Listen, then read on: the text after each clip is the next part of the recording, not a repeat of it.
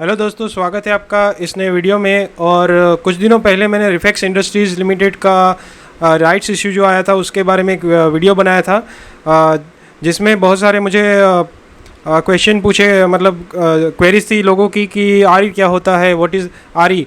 और दूसरे जो वो जो पैसे पे कर रहे हैं आरी परचेज़ करने के लिए, तो उस वो पैसे जो है वो जो शेयर हम परचेज़ करेंगे उससे माइनस होंगे कि नहीं होंगे, और बहुत सारे डाउट्स थे। तो ये जो वीडियो है स्पेशली मैंने उन डाउट्स को क्लियर करने के लिए बनाया है।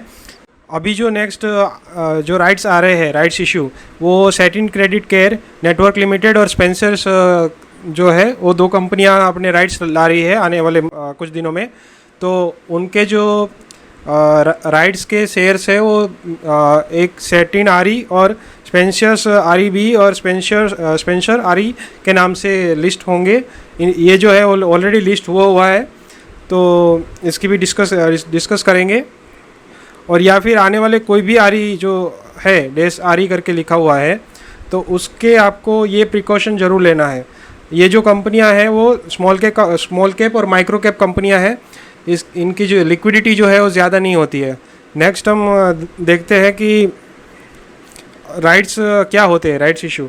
तो कंपनी सपोज़ एक है एबीसी लिमिटेड, उसको फंड्स की ज़रूरत है। फंड्स किसके लिए चाहिए? हो सकता है उनको कोई कर्जा चुकाना है, या फिर कोई इंडस्ट्रियल उसको डेवलपमेंट करना है, मशीनरी के लिए पैसे जुटा सकती है। तो कभी कभी राइट्स इशू भी लाती है। उनके पास और भी ऑप्शन है, जैसे कि एफपीओ है, आईपीओ है। आईपीओ फर्स्ट टाइम में आता है, एफपीओ सेकंड टाइम में आता है। और दूसरा ऑप्शन है वो कोई बैंक से लोन ले सकती है। तो राइट्स इशू भी एक मेथड है कि कंपनी अपने कुछ पैसे जो है बाज़ार से मतलब जुटाना चाहती है। तो सपोज़ ये जो एबीसी लिमिटेड है वो उस कंपनी का मार्केट प्राइस चल रहा है 50 रुपये, और राइट्स इशू दे रही है 45 रुपीज़ में। मतलब शेयर जो अपने शेयर होल्डर है उसको दे रही है 45 रुपीज़ में एडिशनल, अगर शेयर होल्डर को चाहिए तो इसमें जो डिस्काउंट अमाउंट है वो 5 रुपये है, मतलब कि 10% ऑफ 50 रुपीज़। अभी जो राइट्स शेयर होल्डर को मिलेगा वो एकदम फ्री रहेगा, उसको कोई पैसे नहीं देने हैं। वो जस्ट चाहता है तो 45 रुपीज़ कंपनी को दे के एक शेयर और ले सकता है। मतलब अभी सपोज 1:1 में लाया है कंपनी ने, अगर लाया है राइट्स इशू, तो एक शेयर अगर किसी के पास है, सपोज उसका मार्केट वैल्यू 50 रुपये है, तो 45 रुपीज़ में उस कंपनी से एक और शेयर परचेस कर सकता है। जैसे महिंद्रा का आया था, और रिफेक्स का आया था, जीडीएल का आया था, बहुत सारे कंपनियां का आया था अभी राइट्स इशू। तो ये दो कंपनियां भी हैं। जैसे ये अभी एबीसी लिमिटेड की बात कर रहे हैं हम, तो उसका जो अभी एबीसीआरई के नाम से लिस्ट हुआ, सपोज़ वो जो ओपन हुआ है मार्केट में लिस्ट हुआ, तो इसका प्राइस कितना होना चाहिए? क्योंकि लिक्विडिटी नहीं है तो प्राइस ऊपर जा सकता है, पर इसका जो एक्चुअल वैल्यू है वो कितना है?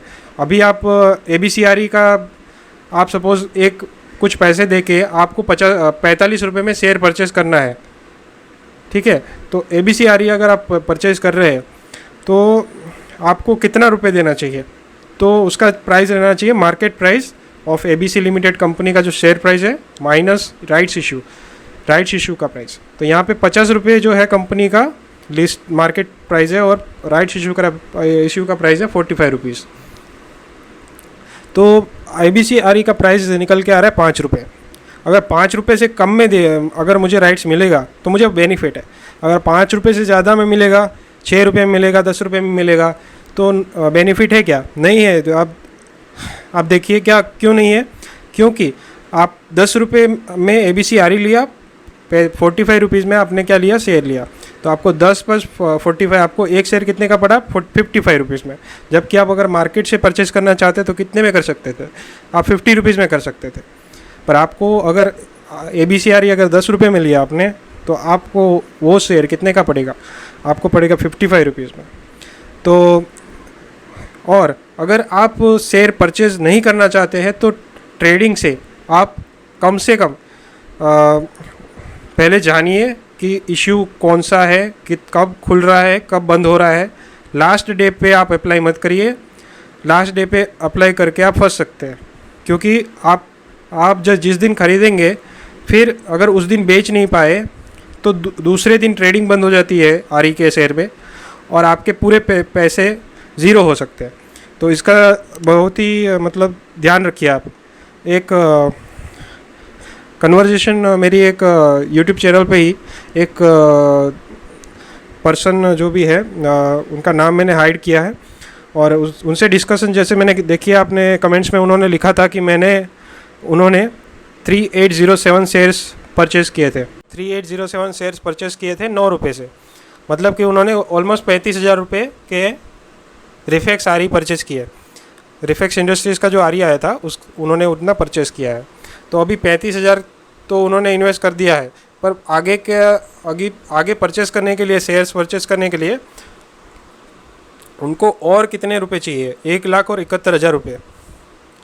तो अगर उनके पास इतने पैसे नहीं है तो फिर वो परचेज़ नहीं कर पाएंगे, और वो जो 3807 शेयर्स है वो उनके वेस्ट चले जाएंगे। मतलब 35,000 रुपये उनके जीरो हो गए एक ही दिन में। अगर लास्ट कुछ दिन पहले किया होता तो बात अलग थी, पर क्योंकि उन्होंने लास्ट डे पे किया और बेच भी नहीं पाए, सपोज़ कभी सर्किट लग जाती है इससे, तो अगर बेच नहीं पाए तो उनका जो पैसा है वो फंस जाता है। इसमें फिर आपको हेल्प कोई नहीं कर सकता, आप ब्रोकर भी नहीं कर सकता, कंपनी भी नहीं कर सकती। तो आप ये चीज़ जो है आपको ध्यान रखनी है। और आपको मैंने बता दिया कि आपको फेयर वैल्यू कैसे कैलकुलेट करनी है। आपको पहले तो मार्केट प्राइस देखना है कोई भी शेयर का, उसका राइट्स इशू प्राइस क्या है वो देखना है। जैसे रिफेक्स इंडस्ट्रीज़ में अगर अराउंड 52 रुपीज़ में अराउंड मार्केट प्राइस चल रहा था, और राइट्स इशू कंपनी 45 में लाई थी, तो इसका प्राइस जो है 5 रुपये से 7 रुपये नहीं से ज़्यादा नहीं होना चाहिए था, पर ये जो प्राइस है वो 26 रुपये तक चला गया था। तो बहुत ही ज़्यादा इसमें लिक्विडिटी कमी थी, इसीलिए प्राइस जो है हाई चला गया। और लिक्विडिटी क्या होती है? मतलब कि कोई भी शेयर है, अगर आपको 10 लाख के शेयर बेचने हैं, ठीक है, और कोई किसी को 1 करोड़ के शेयर बेचने हैं, तो अगर आप कोई लो लिक्विडिटी वाले में 1 करोड़ के शेयर बेचने जाएगा तो वो बेच नहीं पाएगा। तो लिक्विडिटी मतलब कि कितने अमाउंट का शेयर वो बेच सकता है पर्टिकुलर दिन में या 1 घंटे में, या तो जैसे रिलायंस का शेयर है उसमें लिक्विडिटी बहुत ज़्यादा रहती है, उसमें कोई लाखों का कारोबार होता है एक दिन में। वैसे ही ये जो स्मॉल कैप और माइक्रो कैप जो रहते हैं, स्मॉल कैप और माइक्रो कैप जो रहते हैं उसमें लिक्विडिटी बहुत कम रहती है। मतलब कि कोई अगर 10 लाख का भी माल परचेस करेगा तो प्राइस को अराउंड 10% तक ऊपर कर सकता है।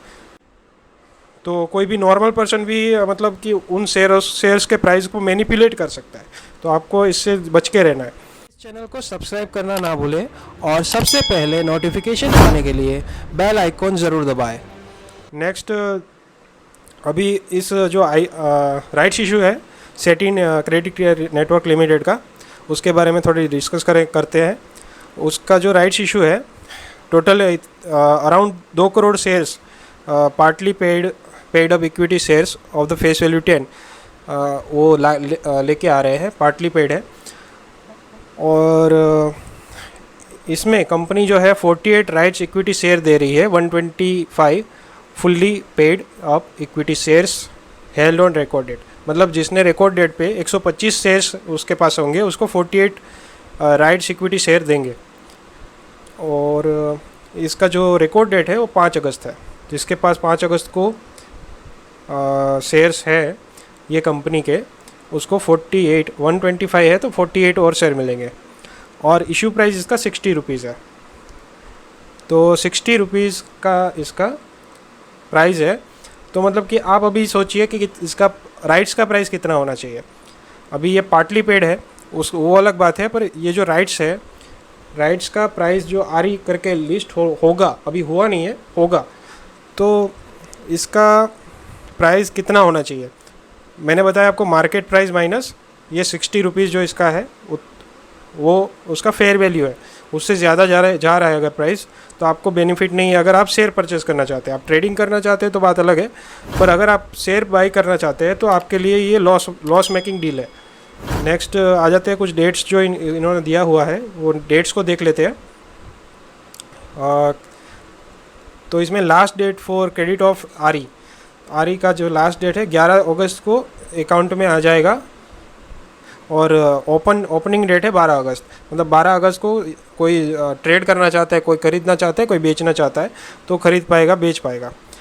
और मार्केट रिनंशिएशन, तो लास्ट डेट कौन सी है, मतलब 21 अगस्त। मतलब 21 अगस्त एक लास्ट डेट है जब आप बेच सकते हैं। आप उसकी 21 अगस्त के बाद आप बेच नहीं पाएंगे। और इशू क्लोजिंग डेट जो है 26 अगस्त को क्लोज़ हो रहा है।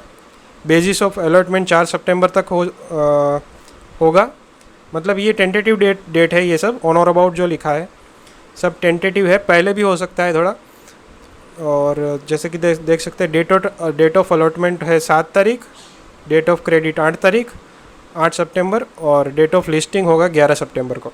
तो जिसने भी अप्लाई किया है सपोज़ वो 21 अगस्त लास्ट डेट है और क्लोज़ हो रहा है 26 अगस्त को। तो जो 26 अगस्त को जिसने अप्लाई किया है या फिर कभी भी ये पीरियड में अप्लाई किया है, मतलब 12 से लेकर 26 अगस्त में, तो उसका जो लिस्टिंग के डेट पे वो बेच पाएगा, 11 सितंबर को वो बेच पाएगा, जो भी मार्केट रेट चल रहा है उसके हिसाब से।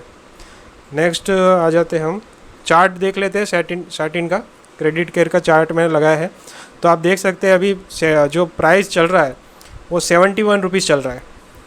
तो 71 रुपीज़ और ये 60 रुपीज़ में राइट्स लाए हैं, तो इस शेयर की जो वैल्यू है मतलब 71.95 है, 71.95, तो इसका 72 पकड़ लीजिए। और 60 रुपये आपको कंपनी को देने हैं, तो 12 रुपये से ज़्यादा आप जो है राइट्स में इसका आरी परचेज मत करिए, नहीं करना चाहिए। मैं कोई आपको सजेशन नहीं दे रहा हूँ, पर आपको नहीं करना चाहिए। 12 रुपये से ज़्यादा अगर आरी का प्राइस चला गया है, तो आपको अगर ट्रेडिंग करना है कि चलो ऑपरेटर उसको 12 रुपये से 60 रुपये लेके जाएगा और मैं 60 में बेच दूंगा, तो आप कर सकते हैं, आप स्पेक्यूलेट कर सकते हैं। पर अगर आपको बाई करना है शेयर, क्योंकि कंपनी डिस्काउंट में दे रही है 60 रुपये में, तो आप 12 रुपये से ज़्यादा में तो मत खरीदिए। इसका जो थोड़ा और डिस्काउंट आपको भी मिलना चाहिए, तो 12 नहीं और 10 रुपये में आपको मिलना चाहिए, इसका ध्यान रखिए। तो ये चार्ट आपको दिखा दिया। नेक्स्ट अभी हम स्पेंसर्स का डिस्कस करेंगे। स्पेंसर्स का अभी चल रहा है मार्केट में, इसका लास्ट डेट फॉर मार्केट रिनंशिएशन है 13 अगस्त को। तो 13 अगस्त को कोई भी जो है पर्सन जिसके पास जो आरी है, वो 13 अगस्त उसका लास्ट डेट है सेल करने का, उसके बाद वो सेल नहीं कर पाएगा। और इश्यू क्लोज हो रहा है 18 अगस्त को। और इसमें भी इसका जो राइट्स है वो 75 रुपीज़ में आप है, मतलब कि जिसके पास आरी है उसको अगर बाई करना है तो उसको 75 रुपीज़ कंपनी को देना पड़ेगा। तो 75 रुपीज़ में कंपनी एक शेयर आपको देगी। तो सेम क्वेश्चन मेरा ये होगा कि इसका जो आरी है उसका प्राइस कितना होना चाहिए। तो आप मार्केट प्राइस चार्ट पे देख सकते हैं कि अभी 90 रुपये 91 रुपीज़ आजू बाजू है। तो 91 रुपीज़ माइनस 75 रुपीज़ तो कितना हो गया 16 रुपये। तो 16 रुपये से ज़्यादा इसका जो आरी है उसका प्राइस नहीं होना चाहिए, आपको और डिस्काउंट में लेना चाहिए अगर आपको बेनिफिट चाहिए तो उम्मीद है आपको समझ में आया होगा मैं क्या बोलना चाहता हूँ।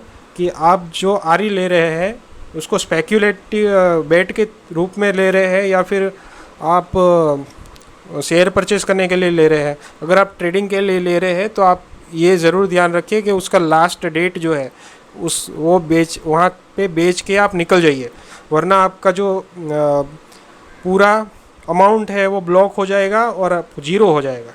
इसका ज़रूर से ध्यान रखिए। इस चैनल को सब्सक्राइब करना ना भूलें और सबसे पहले नोटिफिकेशन पाने के लिए बेल आइकॉन ज़रूर दबाएं।